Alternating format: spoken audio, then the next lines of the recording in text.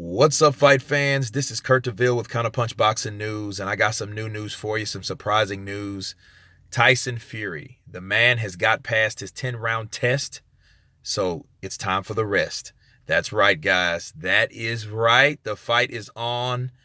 Deontay Wilder versus Tyson Fury is set to go, okay? And this will be a pay-per-view event. Deontay Wilder has his wish, okay? He was able to come into the ring without any type of security restrictions to promote his side of the fight, to promote the fight at hand. The next best super fight that you can have is Fury and Wilder. Now, I like how Tyson Fury, he tweaked it. He tweaked it a little bit. He let him come in, and he told him he was informative, but he had to put his stank on it. You know what I mean? He had to seal the deal. I'm knocking you the fuck out, bum. And he pushed him, he shoved him, you know what I mean? And it was cool, and I like that because I figured that's how that's going to be projected. I knew something's going to happen between these two charismatic guys that, that will make headlines. You know what I'm saying? And it's going to go really well. It reminds me of like kind of a Mayweather and McGregor type situation, and Tyson Fury came at the right time. It's all timing's everything. You know what I mean? And since Deontay Wilder has, because of the negotiations, his popularity and stock has risen, as a fighter. You know what I mean? Of course, yeah, he had to do something in the ring. He got Ortiz out of there, and nobody wanted to fight with Ortiz. But he was the one that did it. On top of the negotiations, his stock has risen, okay? So Tyson Fury has called out the guy and has stepped up when there was question marks about Joshua. Does Joshua want it? Well, hey, you know what? If he doesn't want it, whoever believes whatever, I'm going to fight the guy. So it is a good timing strategy from Tyson Fury. You know what I mean? And little does Deontay Wilder know, this is just to become the strategies of Tyson Fury will continue. So Deontay Wilder, he is known to have his own vocal, strengths in the ring and outside the ring, but he has to know that Tyson Fury is a whole different beast when it comes to selling fights, getting under your skin and talking smack. Look at his dad earlier. You know what I'm saying? Look at his dad. His dad was not playing. You know what I mean? His dad was not playing. He was ready to, throw some bows. That's what they do. You know what I mean? They're a wild couple of travelers. Those guys do not play. These guys travel. These guys, they live that life. They're about that life. They like to fight, and then they believe they can do it. It comes from the faith within, okay? So the thing I think about most importantly about this new up and coming fight, so we can talk about, we can officially talk about Fury and Wilder, okay? Fury came in tonight at 258, Pianetta. He beat Klitschko at 246, okay?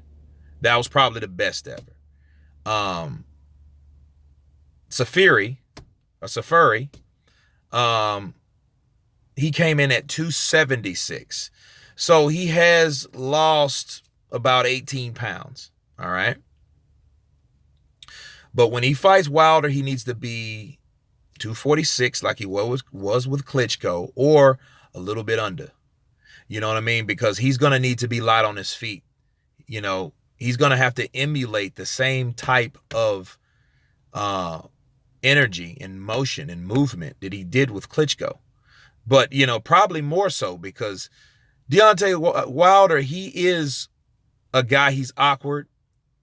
He's unorthodox, but one thing he's fast. So he's going to need that speed against Deontay Wilder, because Deontay Wilder hits you with that right, because that's all he's looking for, honestly.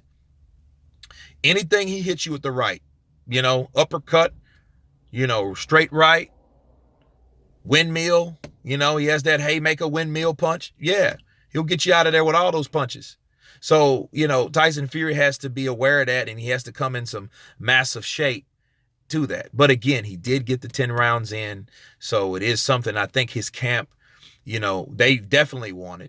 You know what I mean? So they projected that and expected and hoped to get those in and it wasn't just a knockout. Pianetta wasn't just in there to lay down. He was in there to be a nice test of stamina and endurance, so we can see what Tyson Fury can do. And he looked fast. The combinations are still there, and I think the strategy should be for Tyson Fury is to go in there and outbox Deontay Wilder. No, not try to, he says, hey, I'm going to go ball, snot, blood, and tears and all that. If he thinks he's going to do that, that's all for show. That's all for promotion. He's not going to go in there and try to fight Deontay Wilder. And if he does, he's going to get knocked out. Because Deontay Wilder is the kind of dude that you don't want to trade with him, because he only has, this guy believes in will over skill. He says skills don't pay the bills. So what does that tell you? He's not trying to slip a punch and punch it. No, he's trying to hit you with that one punch to get you out of there because he believes in his power and he has more faith in his will and his power than anything else. Okay, so it is what it is with those guys, and I just look forward to the promotions. I look forward to the face-off. They should promote this to the max. I want them to have an all access. I want them to have, a good British show. It's not an HBO thing. It's going to be Showtime, of course. The gloves are off. I want that too. So I want Wilder to become more familiar with the UK fans. And you know what I wanted to see, though? This is what I was hoping to see. I was hoping to see Joshua there. You know what I'm saying? That would have put a real big twist on everything if Joshua could have been there. And if I was Joshua's promoter, I'd been like, you know what, Joshua, you need to come there. You know what I mean? Because Wilder wouldn't have saw that coming. You know what I mean? So that would be the second time they've ever been in a place together. Because they were all together at the Klitschko fight.